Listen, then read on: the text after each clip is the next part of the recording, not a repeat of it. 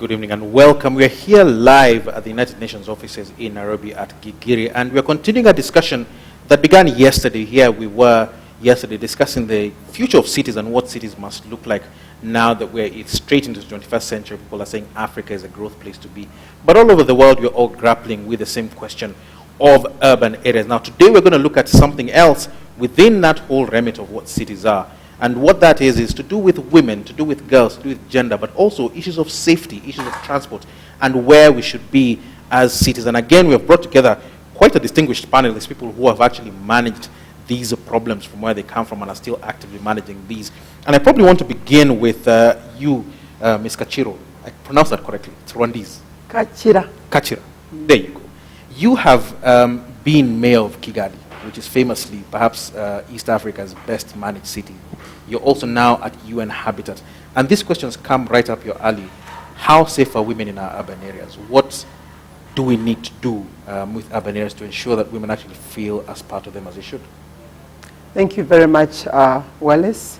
First of all, let me thank you for giving us this opportunity to share with the East Africans and the rest of the world what we view as a very critical issue in the world today as we urbanize fastest than ever before. I would like to say that urbanization brings opportunity and is giving us a chance to exercise our rights, to engage, to try out, to reach out to opportunities, and to develop. But all this is a dream that will only come true when people feel safe about it. And from research that we have been doing, it is clear that up to over 60% of urban dwellers in developing countries feel unsafe. And that means they actually are not enjoying the benefits and opportunities. And most of them are women and girls. In Africa and Latin America, it's even higher. The average is 70% and above. This is not uniform. It's much worse amongst the vulnerable, in the slums, in informal settlements, with high levels of agglomeration and limited basic services. And so it is important that we at UN Habitat, but most importantly, leaders at national and local government levels, ensure that the woman and the girl in the city is feeling safe and secure to be able to go out, do business, to be able to exercise their rights in the public space, to be able to take public transport safely, to be able for our children to go to school and return home safely, to be able to enjoy the recreational facilities of the city safely. And I think we've all had the recent very unfortunate incidents in New Delhi, South Africa, just to name a few.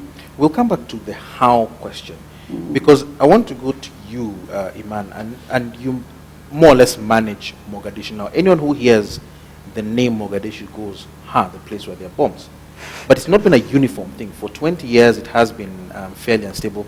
But now we hear the beaches open. You're hearing trade has begun. Airlines have started flying into Mogadishu. Did that enhanced sense of security come as a matter of chance? Did it come due to someone actually doing something about Mogadishu, making it safer for its residents? Thank you, first of all, for giving me this opportunity. And I would like to thank Habitat for inviting us to this global, let's say, conference. And let me first of all send my sympathies and condolences to those who have lost their loved ones in Mogadishu and in Boston.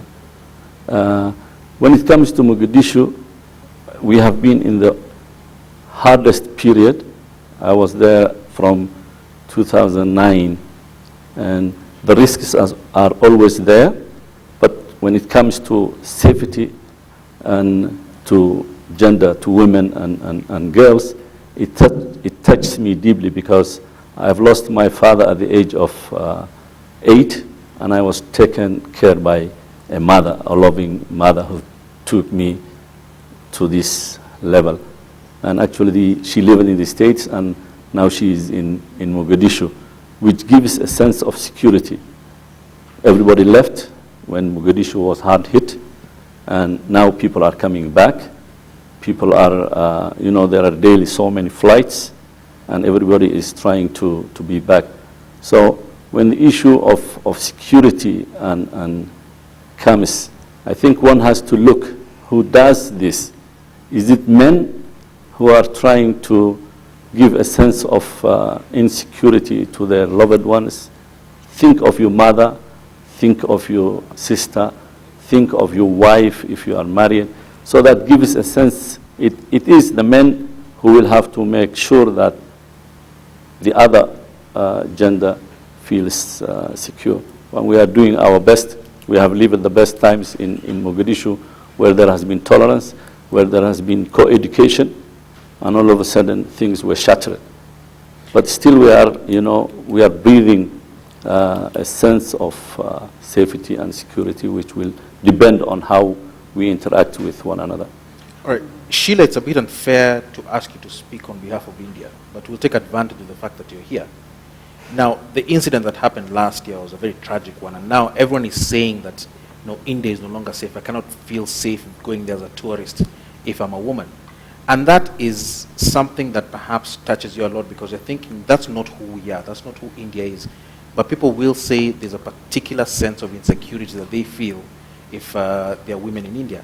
That's one incident, but people will say, yes, there's more incidents that came across. What does it say about how it is to manage a city like New Delhi, to be Indian, to manage a city in India? First of all, I'd like to make a generalization to say that the sense of security that people feel in an urban area is a clear governance issue. And in that, there are three different forms. So for instance, one of the first and important thing is that the sense of safety that people feel in a city is differential. So for instance, for the first time, the awareness that this incident has brought many others to report these incidences. It wasn't that there were no incidences before, but the fact that it has become such a public issue has forced communities, families, the police to take deeper cognizance of the reporting that women come up with, to have the courage to say that I have been molested, I have been raped.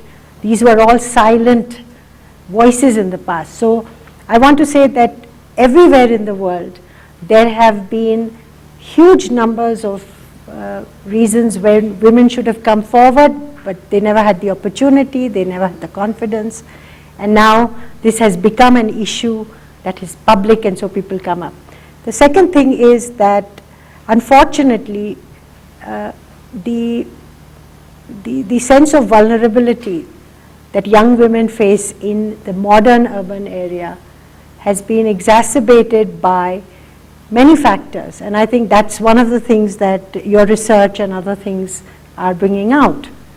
But the issue of the women living in informality is much greater than anywhere else, because it has many other factors that lead to that. And a lot of the work that we do as Slum and Shack Dwellers International is to look at ways by which communities develop a collective sense of responsibility to examine these processes and address it in a wide variety of ways, internally and externally with the city and other places. All right, Lucinda, I want to perhaps flip the script on you. You're a young woman, but I want you to speak on behalf of young people everywhere, because in any urban environment, when there's crime, when there's a certain lack of safety, for example, people getting drunk and all that, if the authorities come in, the police or anyone, the first people they target is young people. If a crime has occurred anywhere in the world, the police will first look for the young people because they believe these are the people who cause crimes. Mm-hmm. And so young people feel victimized, and that includes young women as well. Is it fair? If it's not, what can be done about it? Sure. I mean, thanks for having me tonight. It's an incredible privilege to represent young people at UN Habitat through this role that we have on the Youth Advisory Board. And I guess I feel that young people are wrongly accused of being the cause of the problem. I think we do see a lot of young people, I guess, reacting to governance structures or to problems in cities, and we've seen that through riots in various places in the Middle East. We've seen it through riots in the UK. And while predominantly young people have been involved in those, I don't think that that represents the way. I think that's a reaction to young people not feeling adequately in control of their environment. I think to flip that around, we should see young people as a resource. In our work on urban revitalisation, we work with young people, and I am continually surprised at their creativity and the lateral thinking and the ways that they come up with to solve problems in their neighbourhoods and in their communities. I think people are frustrated when they feel that their ideas are not considered, when their ideas are not being implemented. So I think that we need to see young people actually as a source of ideas for solving some of these challenges, and we see that at the local level already. I think we can scale that up and see young people as a resource for the future. Well, that's a conversation we actually had yesterday with regard to voice for young people, inclusion. But the city managers are sitting, well, one of them is sitting here. So I don't know, ask him the question, why isn't it that young people feel they're part of this decision making? Yeah, I think that question probably varies in different places, and I'm sure Mr. Imam here is considering young people. I see that increasingly. No, don't speak on his behalf. No, I'm not speaking on his behalf, but I don't make level any criticism, for example.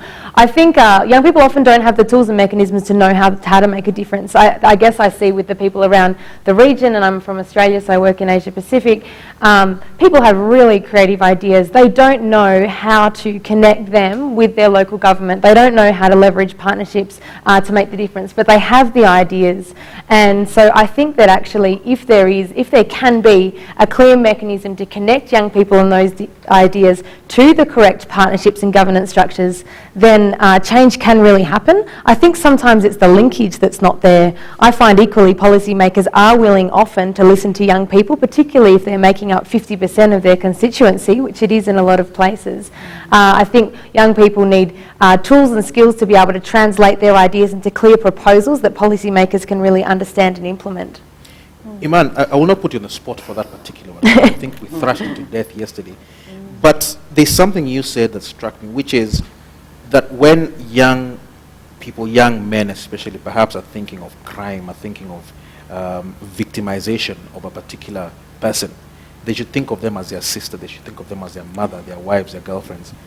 But isn't part of the point of a city anonymity, such that in the village, if it was to try anything, you'll know that that's so-and-so's mom, that's so-and-so's aunt, and they'll go back home. But in the city, no one knows me, and I don't know anyone. And so it's much harder to have that sense of community in most of the modern cities in the world. Actually, I myself, I used to be a young person. used to be. So, and I have been, actually up to today, I'm having very good relations with the young, with the youth, both boys and girls. I can understand and I can communicate with them. I have my check Google Iman Ikran, then you will see my Facebook. So I have connections. They are using the social networks that is available. And the thing is understanding them. You know, imagine you have 24 hours as a young boy, energetic, a young girl, energetic with, you know, you have 24 hours. And imagine you are not at school, and imagine you are not working. So what will you do with your 24 hours? What I personally and my colleagues do is we give them space. We share with them. We talk to them. In Mogadishu, for example, suffering from all these difficulties, we have young people who came with the idea of, we have Mogadishu City Volunteers. So make use of your time. You can do something good. So there is this interaction, and imagine some people have difficulties with street kids. We made them a family. We said, look at these young boys. When they grow up, they will be an enemy to the society because they will say they neglected us when we needed them. So you have to think of the future. Imagine a young boy or a kid neglected to take care of himself in the markets and in the streets. And when he grows up, he cannot continue the life. That's when we hear gangs street gangs, and So it's a matter of understanding the other side. Put the shoes of the young yourself. See their behavior. Try to understand them. In the African culture or other cultures, we make them silent. The elder is there. Shh, shh, shh, don't talk. But we work differently. We give them the space. We discuss with them. We challenge them. And we give them at least to do something with your time. Time is, sometimes some people will say, okay, you keep the time for yourself and let us do whatever we want to. But if you make them understand the opportunities, sometimes, always people, there is always opportunity. And then when you miss it, you will say, I had that time, the opportunity, but I missed it. So with the youth, we can learn from everywhere. In Europe, there is the European Youth Program. In Africa, we have African Youth Program, where there is experiential learning, where they can test what they have in mind. They are, as mentioned, they have creativity, they have the energy, they have the strength, and it is just connecting the old guys like me with the young ones. I have the experience, I knew the best times of, and it is just, the connection between, as I said, it's interaction, understanding them, thinking the way they think, giving them the space, listening to them, and that's it. I want to go to specifics, perhaps for you, Isa, because you have an overview of what goes on in most cities in the world. And just by way of example, I remember once walking through a park in the UK, in Cambridge, midnight, and there was a lady who was behind me, she was cycling, came through the park, and I remember standing there, someone from Nairobi, and wondering about that scene. Because it's impossible to imagine. In the middle of the night, there's a lady who feels no fear to cycle through the middle of a park. There was no visible policing. There isn't anything that says this area is safe or unsafe, but it's inherent that it is. Now, is it a function of wealth, that the UK is a rich country? Is it a function of race? Is it a function of the city itself? What is it that makes that safe, that makes Mogadishu unsafe, that makes New Delhi unsafe, that makes Nairobi unsafe? Thank you very much, Wallace, and thank you very much for being honest around that particular example that you've given. I think Sheila put it well, that it is fundamentally based on governance. And I think maybe governance is a broad term. We need to elaborate further on it. And you'll allow me to share my experience probably from two perspectives. When we talk about governance, we need to, the role of leadership is very critical. And if people feel valued, if people feel they have a stake, they have benefits, but they also have responsibilities, they will act, and they will act positively if you engage them proactively. I'll probably give an example of Kigali, because it's only 19 years away from the time we had genocide. And maybe naturally one would expect a post-conflict, post-genocide state to have a very insecure city. But in the process of leading and developing the city and the whole country, it was hinged around a people-centered leadership. This is very important because, Wallace, you raised the issue of the anonymity of people in cities. When we are in villages, we are so-and-so's daughter, so-and-so's wife, or so-and-so's auntie. So that social fabric compensates very well for the safety and security and the sense of belonging. But when people move into cities and urban areas, they come from different places. And so that is challenged or lost. And that is combined with differences in culture and attitudes. And that makes it really important that the leadership helps to create a system that will ensure that people feel a sense of belonging, a level of dignity combined with responsibility. And in addition to what the mayor, the deputy mayor is saying, because I think he eloquently explained the passion or the will of the leader to reach out. But if this is to stand the test of time, in addition to that, there has to be systems and structures to help the leader to stay alert and connected. And I think this is what I remember in my time when I was mayor, always to ask myself, am I sure I'm balanced? Am I sure I'm as connected to the poor woman as to the youth, as to the biggest investor in town? So as the world urbanizes, big opportunities come on board. But there's a question again that I asked yesterday when you were speaking like that, which was, it's much easier to think about the big investor. We were having a discussion about investing in Mogadishu. Because they'll come, they'll be organized, they'll be dressed in a suit and tie. Exactly. You know they'll bring in $50 million. Exactly. The young man was come from the farm who doesn't know how to speak the language, doesn't know how to express themselves, doesn't even know how to dress. You easily. They're not going to, I mean, you wouldn't be comfortable listening to them. You wouldn't even have an opportunity to sit with them. That is true. So that's what I'm talking about. You have to have systems that will help you capture their voice and keep you connected and alert to their needs. And this, I think, Akatomwe did it in two ways. First of all, through the council, through the legislative process, the local council representing like a parliament at that local government level has got youth representatives, women representatives, and other groups. So you know that you have a voice, because the role of the local council is really like parliament, to keep you in balance and check and connect with the people. That's one. Secondly, creating a mechanism that helps the leader to have a specific time to meet members of the community in a targeted manner.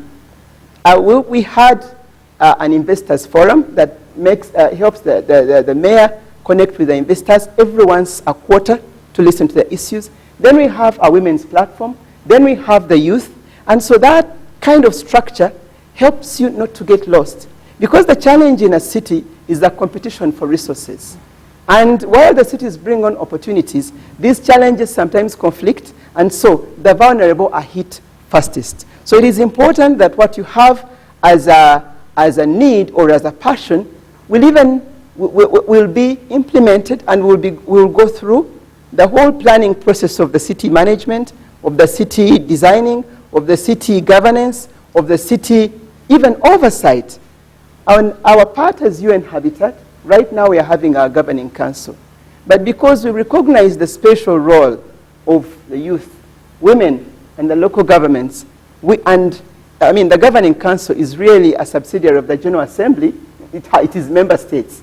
But because we know we need advice and to listen to these special groups, we've got an advisory group on gender, an advisory board on youth, an advisory board on local government authorities. We are working with local governments and with member states to try to encourage them have the same framework, so that there is a way that you can keep communication very, very clear and very open. The other thing that I want to mention, which I think is critical, is that even amongst the youth, as I mentioned earlier on, the differences between those who are having access to opportunities, those who are well-to-do and those who are poor, is actually quite big. That, as you highlighted, when we say that the youth are unruly, they are causing problems, actually many of them are victims of the same. So I think it's important that as leaders, we step back and ask ourselves, what have we done to empower the youth, to empower women? I'm glad you're saying that, because I want to bring in Sheila into this, because you come from an institutional organization, Shack and Slum Dwellers International. And the experience that I have with just looking at it from perhaps all over the world is that especially women in the areas you represent, slums and shacks and informal settlements, are both the victims of crime and suspicion and all these sorts of things, and they're also victims of the security apparatus, such that if something happens in a slum in informal settlements and the security forces then come into that informal settlements, sometimes the women suffer double, because you'll find these security forces, police, soldiers, and the like, coming again to victimize women. It's it's almost triple vulnerability on the part of women in slums. I want to give you two examples that not only demonstrate the way in which these problems are identified, but the way in which this collective process of federating communities and allowing them to solve the problems, especially the women, address this. So one of the things which is a huge crisis for women is sanitation. And the abuse and the sense of insecurity that women face and young girls face on a day-to-day basis when they have to defecate in the open is immeasurable. You don't, and if you talk to any woman in any informal settlements, in any country, you will find that this is the first thing that women say they want. They want a safe and secure and clean place where they can go for their ablution. And that transforms their relationship to themselves and to their neighborhoods.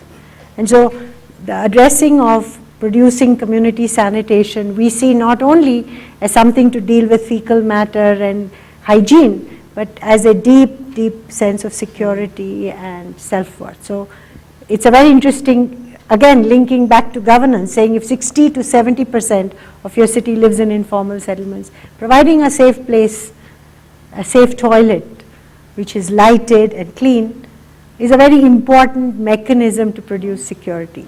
The second thing is about the issue of working with police. In any city that you go, you will find that the ratio, first of all, of police to locality is very different in elite areas and in slum areas. In slum areas, very often there are no, the policemen never enter it unless they are going there for some extortion reason or because they have to go there to deal with some violent crime. So we have a very interesting situation in Mumbai. You keep talking about Delhi, but there are so many different cities and each city has a different character. Mumbai is one of the cities where women can generally, and I'm saying generally, take a taxi or walk at night and not be fearful. But even that is beginning to change as urban transitions occur and things happen. So in the case of Mumbai, the women's collectives in the federations brought out the issue that people are fearful of the police. So one of the things that the federations did, and Jokin is sitting here and he can give more elaborate examples, is that we created a program with the police commissioner of the city, saying that since you do not have adequate policemen in the neighborhoods, we will form a committee which comprises of 7 women, 3 men, and 1 policeman who will listen to the issues that are related to those neighborhoods and address most of them. And if they are not solved, these people will take that complaint to the police. And that has transformed the relationship of the communities and the police, especially the women in the neighborhoods. But where is the pressure for the police to actually act? Because it's all well and good to form the committees, and I think almost any, not just urban area, but any country can point to these sorts of innovations. The problem usually is, I come with my complaint and then so what? That's so what right. question. So this is again going back to the point that both of them made about leadership. So the structure of this partnership is with the Commissioner of Police for the city of Mumbai, who gets reported to on a monthly basis on what is happening on these beats, what are the issues, and every 6 months to 8 months there is an assembly of the 250 community policing processes, which we call the police panchayat, that report to the senior management of the police of what's happening. And the reason why the local police actually embrace this process is they actually don't know what to do themselves with a lot of the complaints that come from poor neighborhoods. So this process of this group addressing these issues, asking communities to say what's happening, addresses the challenges right there on that, in that locality, instead of going to a police station which frightens most civilians. Everybody gets frightened to go to the police station. All right, there's lots to talk about. I want to bring in Lucinda into part of this conversation, but obviously you have people in the room, and if you want to take part in this discussion, feel free, just catch my attention and we shall. Lucinda, you come from a very interesting area of the world, which is Asia Pacific. Australia is part of the Asia Pacific region now, but you have very fast-growing countries, Indonesia, Malaysia, these sorts of countries. And the story is that the richer that these countries become, sometimes the less rooted people feel. So you'll read magazines on the street about how rich people are becoming. You'll see the vehicles driving past you are bigger, better, and more expensive, but you don't feel part of it. And so your only recourse to take part in this fast world is to go off and rob someone, or to go off and cause mayhem because you don't feel that you're part of this. Is that a unique problem with growing economies? I guess the way that I'd like to answer that is from the perspective of urban form, and I spent many years working in Southeast Asia and living there, and I think what happens there is a lot of the issues are, I completely support what Sheila is saying around governance. I think it's also an issue of urban design and planning, and I think we can create cities that are safer. There are a whole lot of things that would say that denser cities are safer than low density cities, that streets that have a lot of pedestrians and cyclists will be safer than roads that are choked with fancy vehicles. And But hold on, because that doesn't sound familiar to anyone who lives in a slum environment. There are no vehicles in slum environments. Yes. But they're nowhere near safe.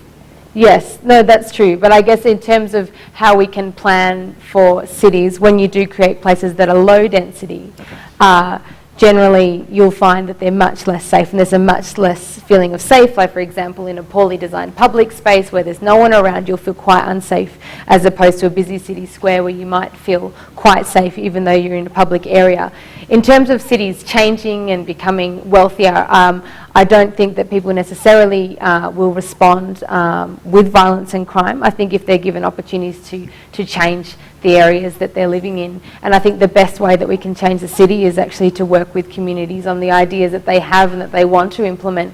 And I think sometimes the failing at the policy level is to direct how cities should change without adequate information about how communities are planning to organise and develop their own projects. Right.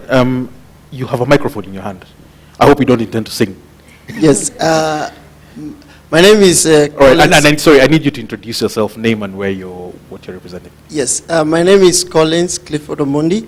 I'm from Kenya. My question goes to all of you, and especially the mayor from Mogadishu. I remember yesterday we were with you in a conference, and you mentioned that what the word Shabab means. And to my understanding, there is a big distance decay between the policy implementers and policy makers. You find that the young people and women, majority of them are the majority of the global south are moving from rural areas to the urban areas, and there's a lot of ghettoization, and you find that they are neglected, and this brings about bandit businesses. And referring to Al-Shabaab, you find that most of the young people are the ones involved in these issues, and because they are neglected by policymakers. So it goes back to that issue of inclusion. Yes. What are the strategies in place and structures to include young people in decision making and dialogue? Right. There was another microphone somewhere roaming around. Yes. Go ahead, please. Me Jyoti Bende India पुण्यामध्ये राहते झोपडपट्टीमध्ये. आज मी झोपडपट्टीमध्ये राहत असताना महिला मुलींबरोबर बचत करते आणि मी पुण्यामध्ये पोलीस पंचायतचं काम करते. My name is Jyoti Bende. I come from the city of Pune. I'm a member of Mahila Milan, which Pune is in India. In Pune India. city. Yes. And I'm a member of Mahila Milan, and we do savings, but I'm also a member of the police panchayat. And this is my identity card. जो पुण्यामध्ये जे झोपडपट्टी आहेत त्याच्यामध्ये भांडण होतात, छोटे मोठे भांडण होतात किंवा नळावरून गटारीवरून कशावरून पण म्हणजे छोटे मोठे भांडण होतात. त्यासाठी पोलीस चौकीमध्ये जाऊन अख्खी रात्र तिथं बसावं लागते, दिवसभर तिथंच राहावं लागतं आणि मग दोन्ही पार्टीकडून आमच्याकडून बी आणि समोरच्याकडून पण पैसे घेतात, पोलीस लोक घेत होते. त्याच्यासाठी मग आमच्या जोकी सरांनी आणि रॉय साहेबांनी पोलीस पंचायत आमच्या वस्तीमध्ये चालू केली. So we have many issues in our community, like fights at the water tap, or with our neighbors, and they are small fights, but sometimes we have to go to the police station and maybe spend the whole day there and sometimes the whole night waiting for some response.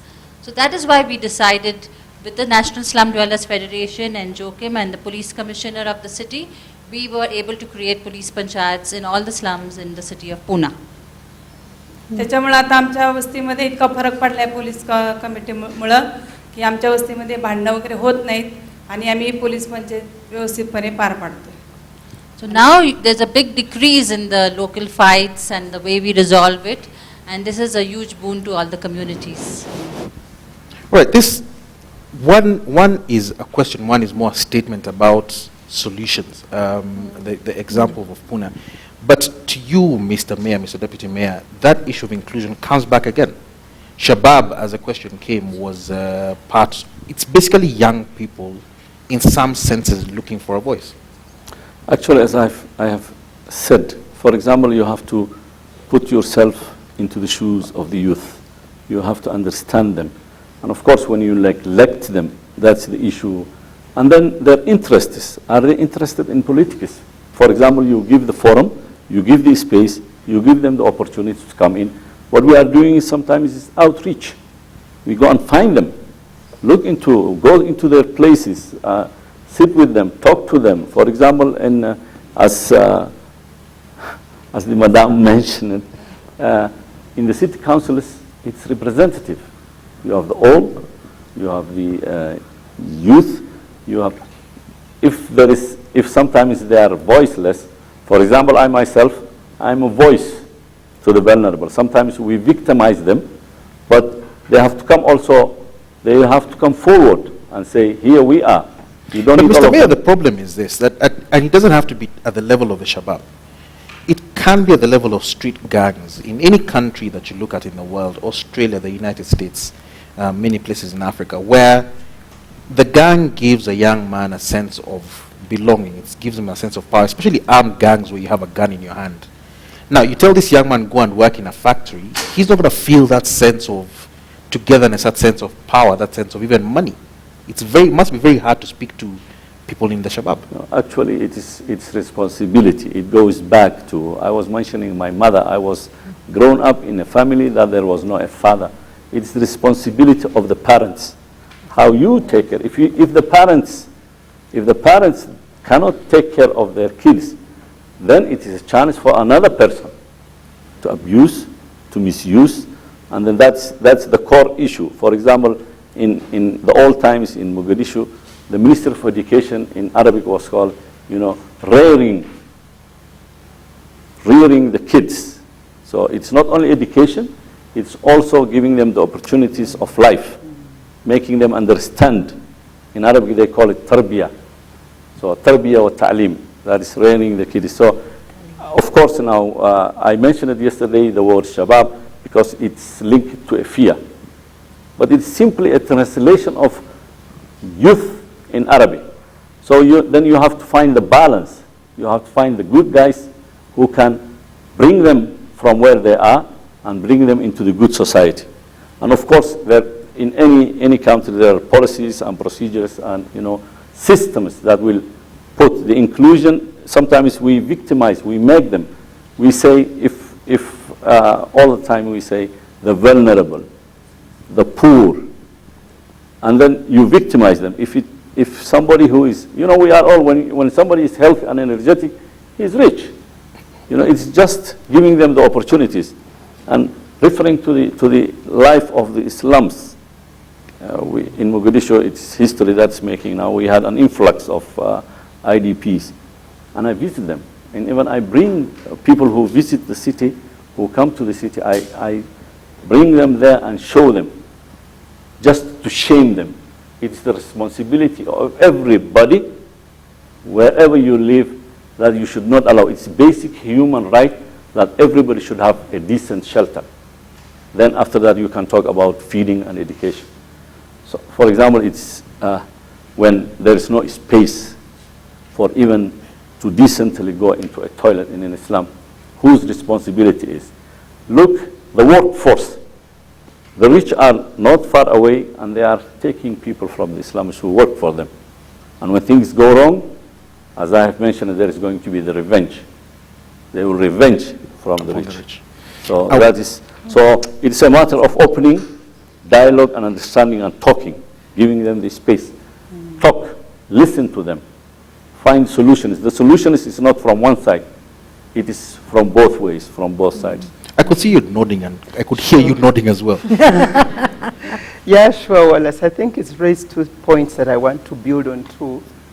Just to, in relation to what you have said, this is not something unique to Mogadishu. I think the trends are quite similar and global. And I just want to share with you what we've been able to observe in our work, since 1996, as UN Habitat, we've been working on a program called Safer Cities, and we have engaged over 77 countries, cities rather.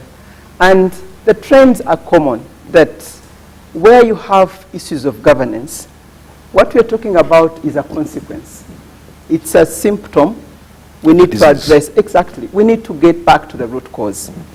And unfortunately, maybe because of the pace at which people are moving, when you talk about governance, it's an investment.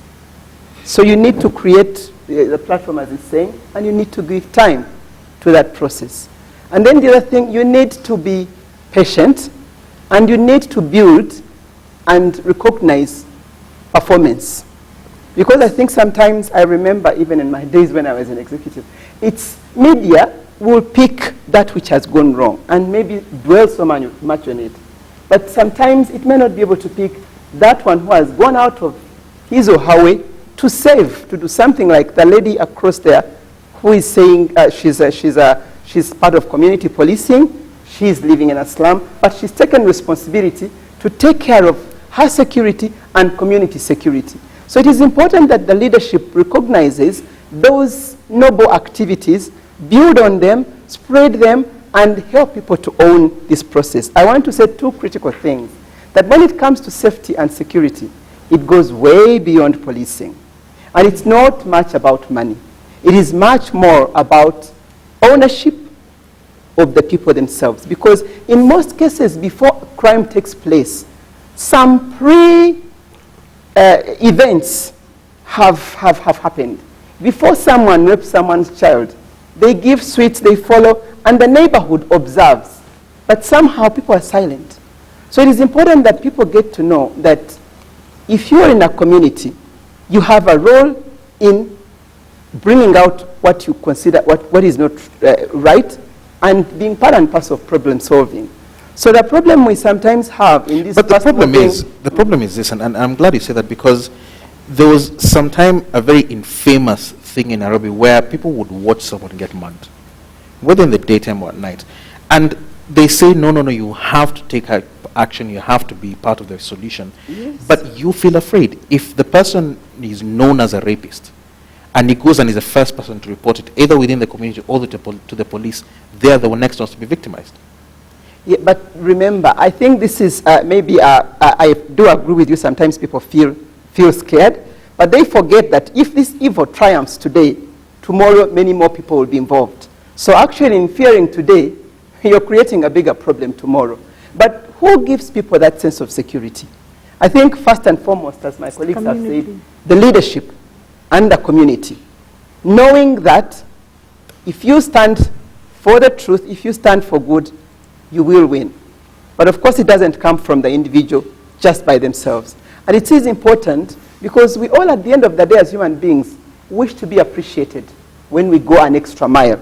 So for that person who probably has gone an extra mile, what do we do as leaders? We should celebrate, we should recognize, we should really come out and say, and even give, recognize, give awards, and so that everybody else can feel that this is, because you want to strengthen the values of society that are not maybe as strong, especially as the world urbanizes. So it is important, 2 points here.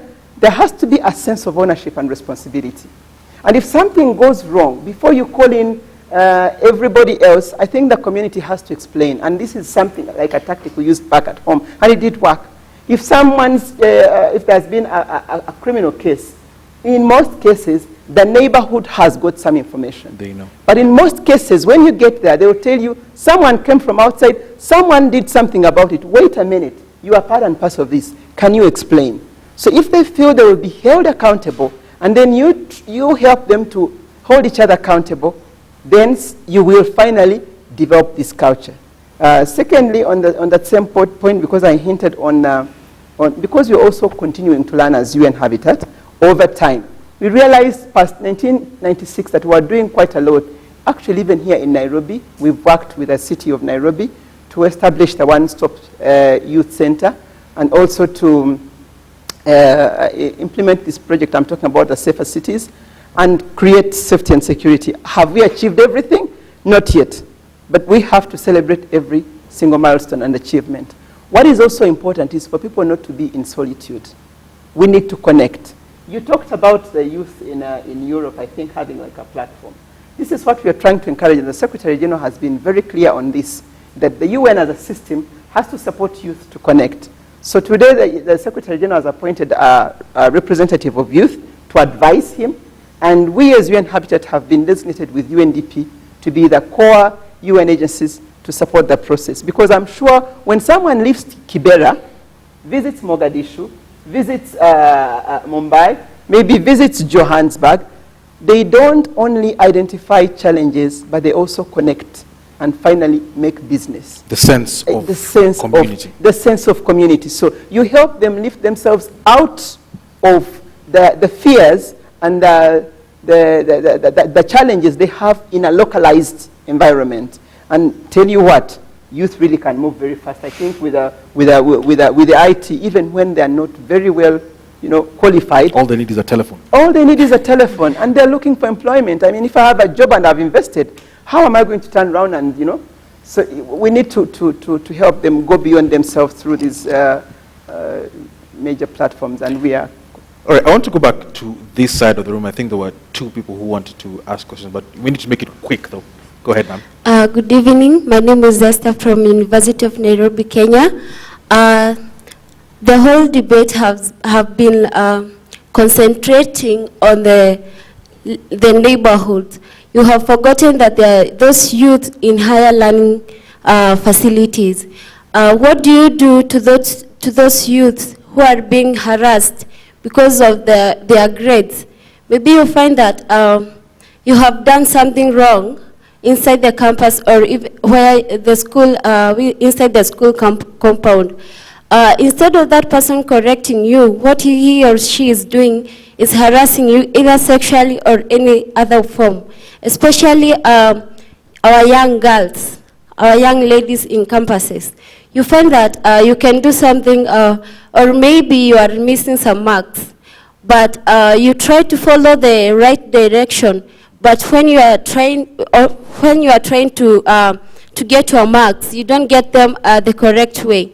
I'm glad you're saying what you're saying, and the reason I'm coming to you is because I went to the University of Nairobi. Now, the years when I went wasn't too long ago, but it wasn't very recently. It was very safe to walk from the city center back to the university. No one would touch a university student.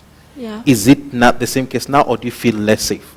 Okay, the situation is really changed because you can't even walk at 8 o'clock or even at 7 o'clock from the main campus to the hostels.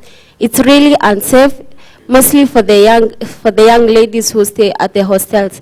The same way goes to when you are for those people who goes to the town to take buses to their homes.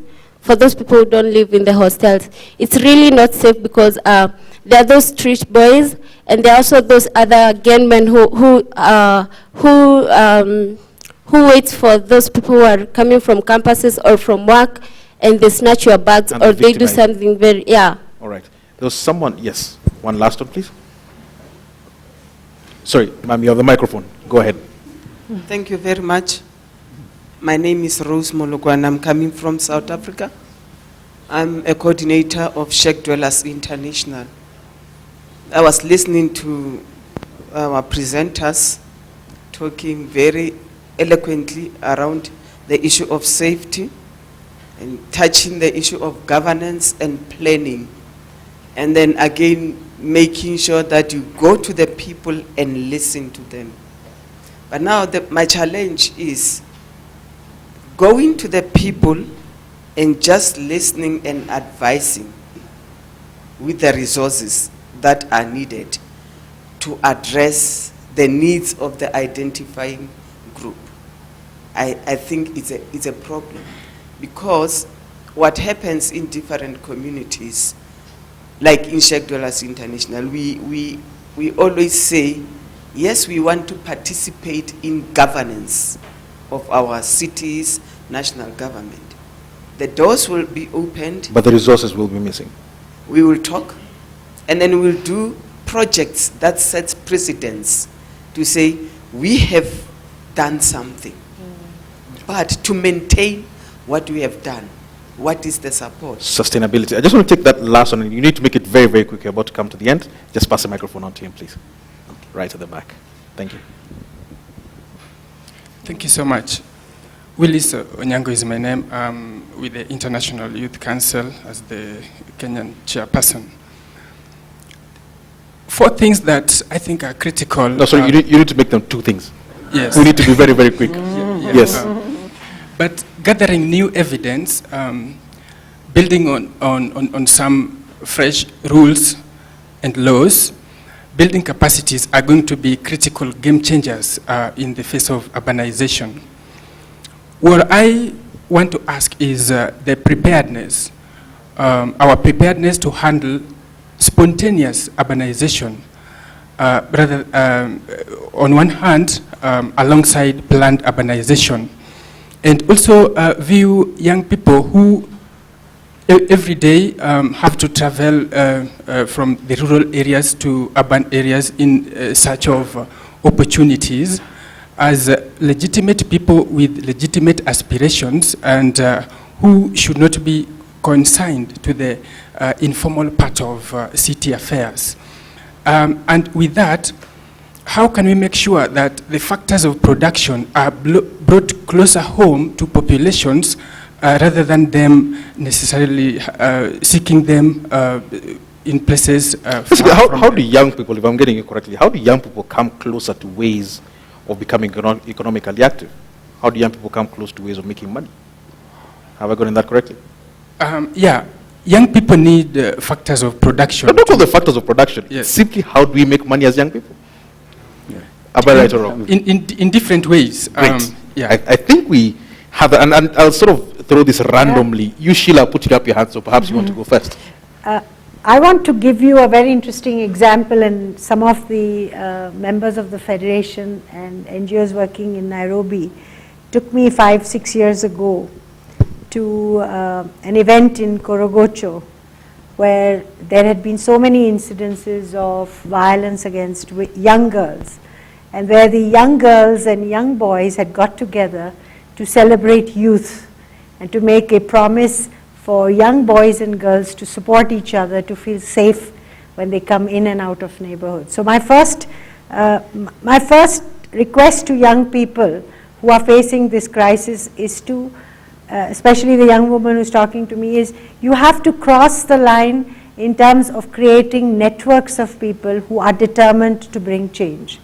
And that's what we find as Shack Dwellers International. You will find strength in collectivity when you cannot solve a problem by yourself. And when you do that, your strength will demand accountability from the city, from your neighborhood, and also the people who are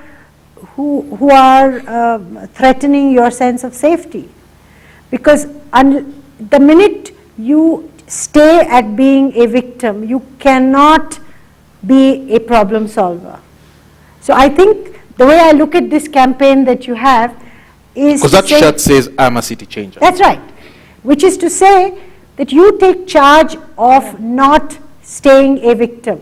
And we are at a point in time when you talk about planned and unplanned change. The reason it's unplanned is because our governments and our cities are not acknowledging huge numbers that will come to the city whether you want it or not. So can you change the way the cities are planned? Can the leadership change the way in which they think about this? These are all things that we cannot just leave to our leaders to be transformed. We have to demand that transformation. Sheila, your thought is we need to be in charge of our own fate. Yes, and to do it collectively. All right, Lucinda, I just want to bring you in because it's sort of last thoughts here. A lot of this obviously must sound familiar in one way or the other to you. Where can you chip into this debate and discussion? Yeah, I mean, I particularly resonate with what the young lady was saying about university campuses. I mean, sadly, that happens worldwide. I mean, you see that happening in the UK, in Australia, in places that you might not expect it to. And I would certainly support what's being said about the real way to tackle it is in a sense, safety in numbers and actually mobilising communities around change. I think it's also about structuring places, and this is obviously a long-term change, so that they don't create those opportunities, so that the bus stops aren't in places that are naturally perhaps unsafe, or that you do have to walk through long, dark places to get from A to B. I know that structural, physical change in cities takes time, but if you can achieve that, you will actually reduce the opportunity for feeling insecure and safe.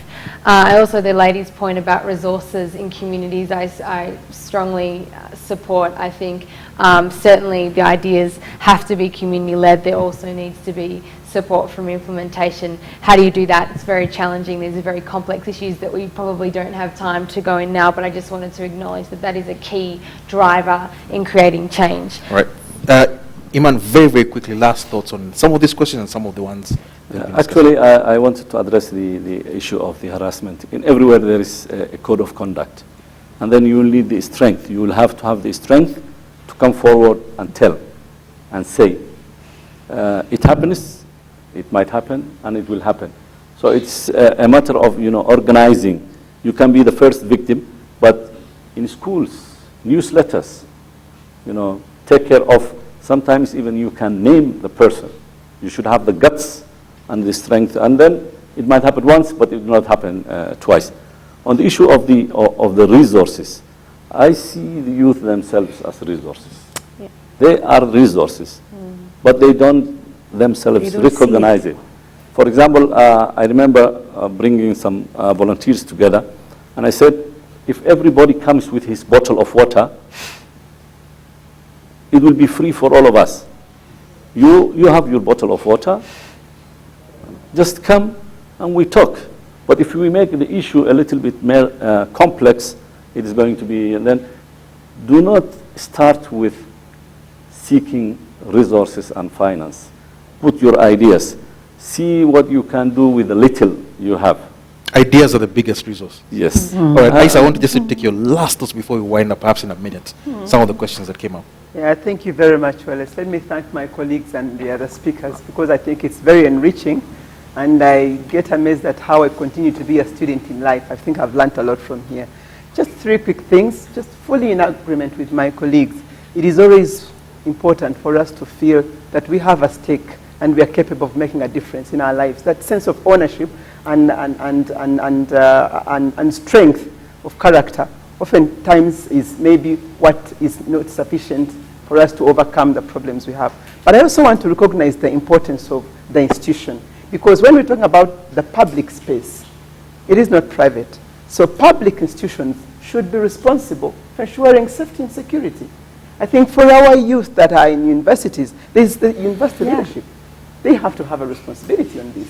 So while the students organize, try to create a framework and network, it is important that this is brought to the attention of the leadership and they be held accountable. Yeah. Like we would hold anybody else accountable. That is the difference between the public space and the domestic space. It's really important that we look at it like that. And I think it would be good to rate schools according to academic performance, safety, security, and code of conduct and that. So that means actually finally it will affect their level of enrollment and students coming to them. It will become an issue again of governance. Because the clever students will go to the safer university. They will go to the safer, because before I get marks I have to be safe and I have to be alive. So it really is important from that perspective.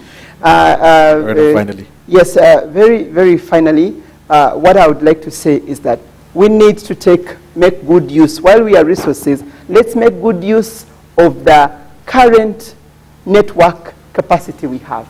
Yeah. We have got IT, we have got strong networks, we have got connections, we have got common voices, and that we are seeing back again in UN Habitat. We are working closely with Slum Dwellers International, Wairu Commission, those are grassroots.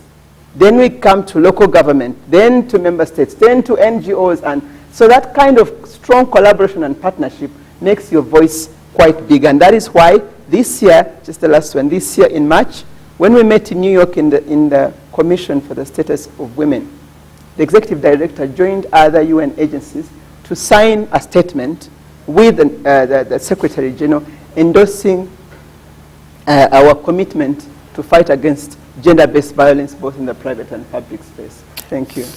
Thank you very much. Now, it's a bit sad always when you sort of cut these discussions short just when they're getting heated and interesting. But it has been a very interesting two-part series. This is a final one. And we're here on the sidelines of the UN Habitat Governing Council meeting that has been going on here at Gigiri in Nairobi, taking a look at the issue of urban areas, how to manage them in these times in which we live. And you've heard for the past 2 days about how to increase inclusion of people, both young and not so young, how to improve the safety of everyone, including women and girls. And we hope that you've managed to learn quite something from that. And there's a lot more to come in terms of this discussion, both in these types of fora and others. But for now, thank you for being with us, and good evening.